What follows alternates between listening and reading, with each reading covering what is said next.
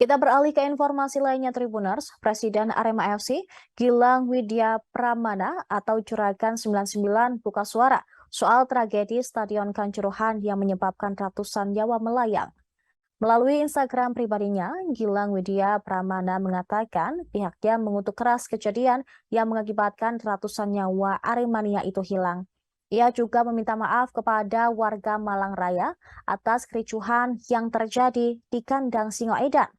Tragedi ini terjadi selepas laga Arema FC versus Persebaya yang berakhir dengan skor 2-3 pada pekan ke-11 Liga 1 musim 2022-2023. Ia menuturkan saat ini manajemen Arema FC berkoordinasi dengan Pusat Layanan Kesehatan untuk merawat korban.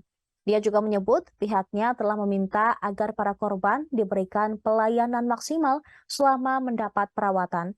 Gilang menuturkan Arema FC akan menanggung pengobatan para korban yang masih menjalani perawatan di rumah sakit dan memberikan santunan kepada keluarga para korban yang meninggal. Selain itu, Gilang juga mendukung pengusutan yang dilakukan pihak kepolisian.